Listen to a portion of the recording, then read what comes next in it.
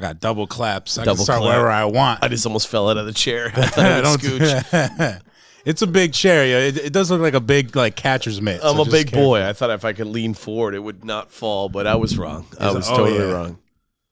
I give guests like the big chair because it's hard to move. You know what I'm saying? That way they stay in frame, you know? We're both big boys, so big chairs. I'm a big-ass boy. I'm a big-ass boy, dude.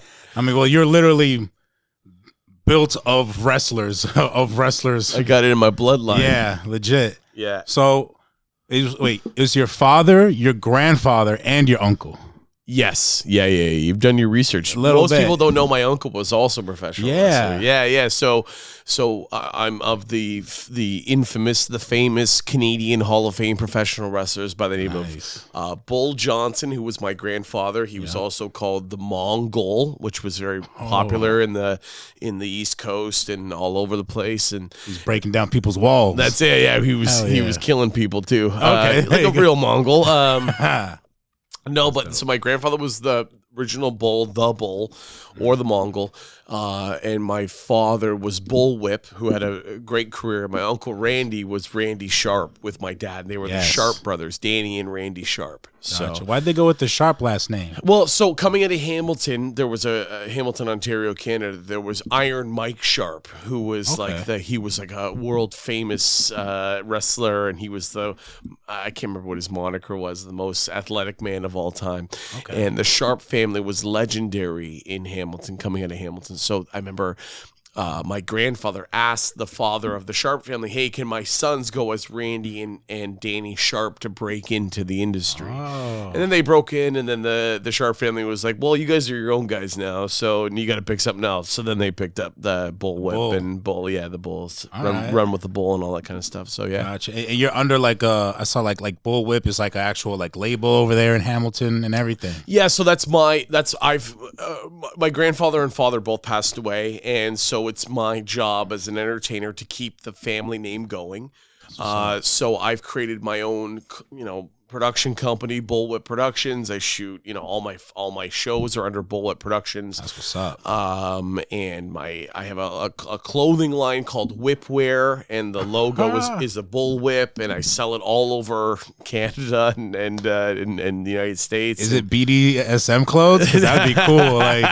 Just all leather, assless chaps. As long as the check's clear, I'll sell you anything you want, baby. Whipwear, dude. Whipwear, dude. That sounds kinky. It's kind of freaky now that you made it weird. I didn't have that. You fucked it up. No, but made it great. Again, if you're into BDSM or wrestling, you can buy my shit. But yeah, it's called Whipwear, and it's like kind of like how Drake has the owl and the OVO. Nice. I do the Eric Johnston has the bull whip and the whip. So, and I sell all this original wrestling merchandise. All my stand-up comedy merchandise is kind of wrestling based, like all the shirts I brought tonight to sell at the dojo were my wrestling t-shirt, my vintage wrestling t-shirt. So it's got my face instead of my dad's on it. So it's cool. I've turned it into a whole brand and a whole thing. You did wrestling?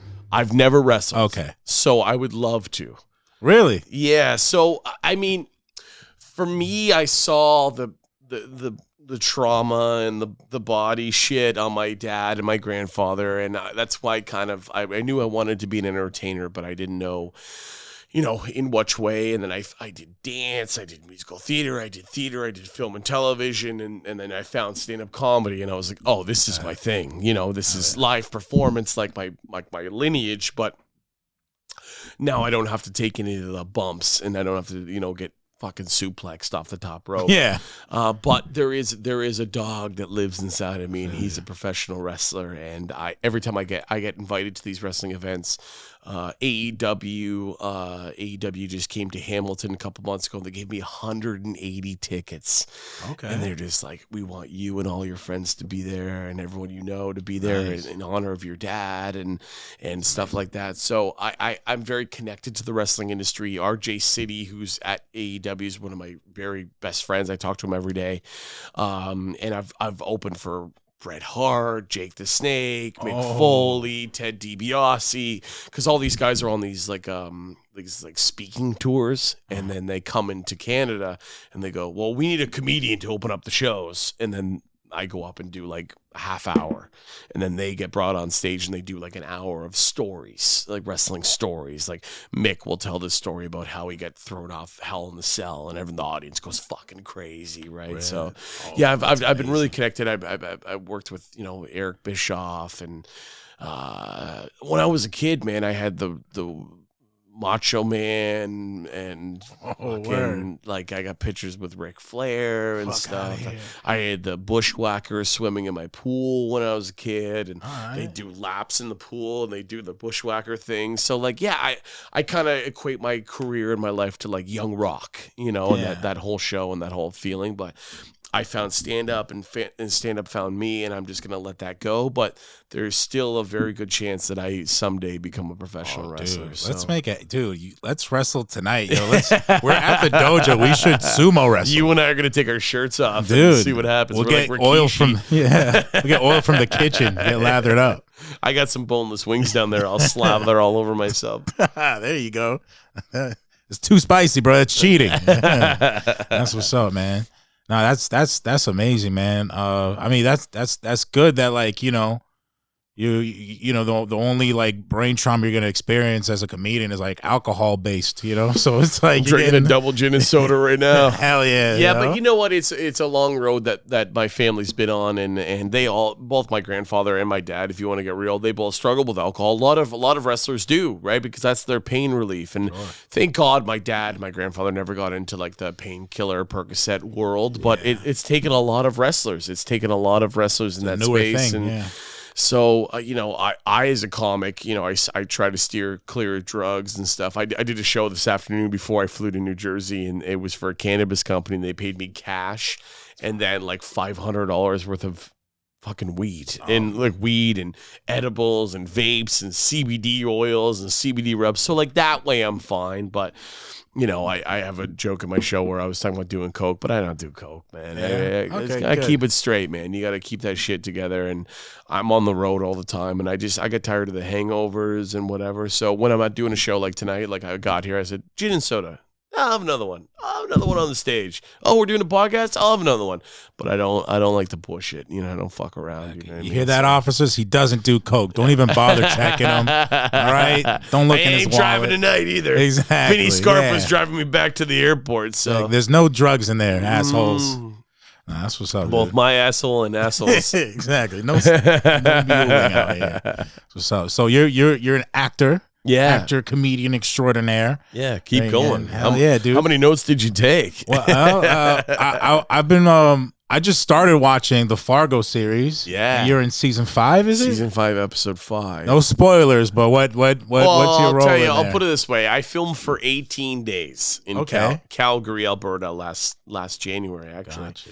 And it was crazy, man. Like I was what's considered a guest star, and they paid me like a guest star, nice, and all that shit, dude. And I'm working with Dave Foley from Kids in the Hall, and John Hamm, and Juno Temple from Ted Lasso, who's like, if you look up Juno Temple, she's been in everything, and we're like buddies. We're riffing, we're shooting the shit, we're drinking. You know what I mean? Then it's like, come down, let's film this scene. So I will say that I filmed for 18 days, and the footage that we filmed was probably 10 minutes worth of footage. And I just watched it the other day, and it's about cut down to about 2. Hey, dude, 2 minutes is good. I'm gonna be watching real closely. I only had a couple lines, and they all got cut out. What was happening? I mean, without spoilers, there's a scene where my character Leon goes after Juno Temple, and it was a whole like fight scene, and I fucking power bomb her onto the bed, and I say some shit to her, and then they cut it down to just like a flashback, so it's just like flashes of that scene. Gotcha. And I'm going like, motherfucker, that's my shit. That's I filmed for 18 days, but no, it was cool, man. It was a cool experience, and like they flew me out first class. When I landed at the airport, there was a limo waiting for me. So yeah, like in that way, it was really cool to feel like a star, like as a comic, like. you carry in your own shit. You carry in your own merch, and you're like it's like a carnival. Like you're the sideshow act who was there that night, and people pay to see you, and it's a great life. But when then the second that you start to feel like a star, you're like, holy shit, that's what this thing's all about, right? Oh yeah, dude. But yeah, so it felt great till the scene came out. Huh? Yeah, it felt great till the premiere, baby. Yeah. But you know what? I've done a bunch of shit, commercials and TV shows. I was on a big show in Canada, in the UK, and Australia.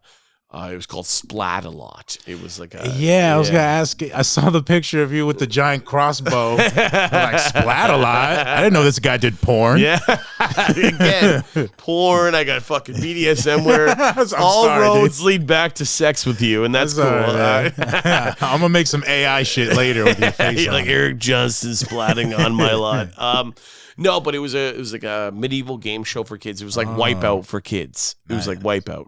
It was in a medieval setting. I always say it's like American Gladiators and Wipeout mixed together in a medieval setting, and I played one of the American Gladiators. Okay. So I did 26 episodes, and I was the fucking lead character, one of 6 lead characters, and it aired in 170 countries in the world. It got picked up on Nickelodeon for the summer, and it was just like this crazy experience that I just got paid for and did, and then it just kind of just went out into the ether, right? You know what I mean? And I think one of my biggest gigs actually is a U.S. commercial called Text Now, where I was playing like a Guido plumber / dance teacher, and the whole premise of the commercial is that you have saved a princess. Yeah, that would be cool.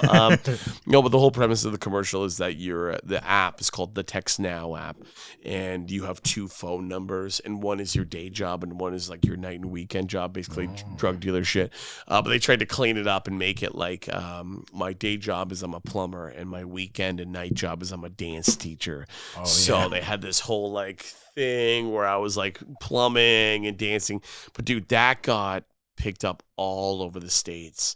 Nice. And I'd be at home in Canada and getting texts from people that saw me in Michigan or Chicago or New York or New Jersey, people who follow me. So they message me on Instagram, be like, I just saw you on TV. Holy shit. Like, it paid great, but it was like more the U.S. exposure. Because as a Canadian artist, all you care about is U.S. exposure. That's it, man. Like, how can I get on U.S. TV? I mean, you're a U.S. act, right? So you're just like, you just get on TV. But like for me as a Canadian act, getting into U.S. TV eventually can make you thousands, if not millions of dollars. So they're cheap over there in Canada. They cheap. Damn, dude. There's no industry. There's no star system in Canada. You just become a star, then you move to the States, and then you're Jim Carrey, Mike Myers, and everybody. Yeah. But in Canada, you're just on the rise until you get too big for Canada. Then you come to the States, and you got to start all over again and fucking rise from there. But damn, dude. I make a living. I have a home. I have a wife. Or my wife and I are trying to have kids. I'm very happy where I'm at in my industry, in my career. Where you stay now? Do you still stay in Canada? Or? Yeah. Okay. So I'd say, 9 months out of the year, I'm on the road doing comedy or acting. But I'm now what's affectionately known as a fly-in comic in Canada. So I'll be home all week, and then I'll fly to like Calgary or Edmonton or Prince Edward Island or whatever it is, and just come in, do the show, sleep in the hotel, and fucking go home the next morning. And you make money, you sell merchandise and whatever, and then I could just be home all week and be with my wife, and we're working on our house right now. We're renovating our house, and I could just be a normal guy. Like tonight, like this show tonight at the Dojo, I flew in, I landed at 7:30. Fucking Vinny Scarpa picked me up at the airport. Yeah. We drove here. After this, we're doing this podcast. We're going into the city for a couple hours. Going back to Newark. What are y'all doing in the city? I don't know. Vinny's like, "Do you want to go to the city?" I'm like, "I'm just fucking around." Yeah. I was like, "Damn, you're getting spots like that."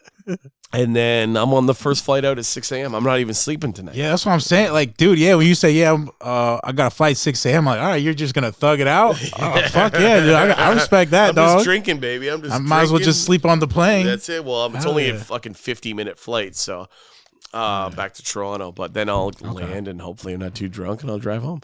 I got meeting a flooring guy at my fucking house at 10 a.m. Like, I land at 7:30. I'm in my car at 8. I'm home by 9, and the hardwood guys meeting me at 10 a.m. So the hustle just keeps going, baby. That's it. Just show up.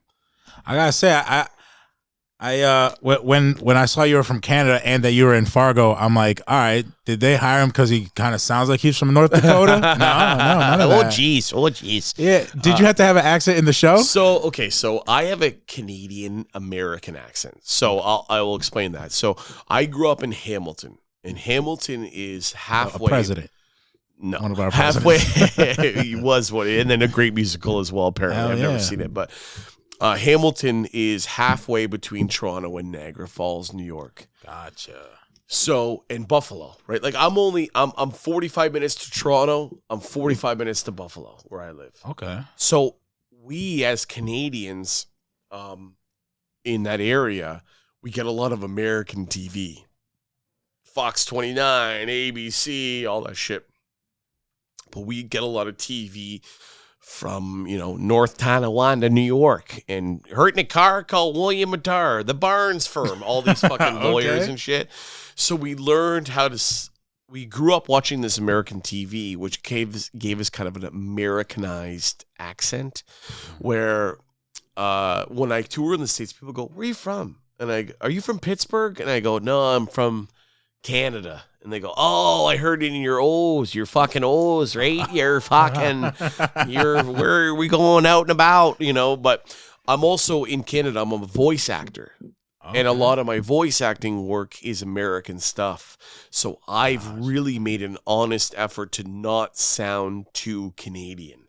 Yeah. So even when Vinny picked me up, he's like, "No, you sound like you're from North Jersey." Yeah. So I kind of have that mix. It's a good impression of Vinny, by the way. I have a very muddy accent, as they would say. But they call it your mother tongue, right? So when I'm around my mom, I'm very Canadian. My mom's fourth generation Canadian. I'm fifth generation Canadian.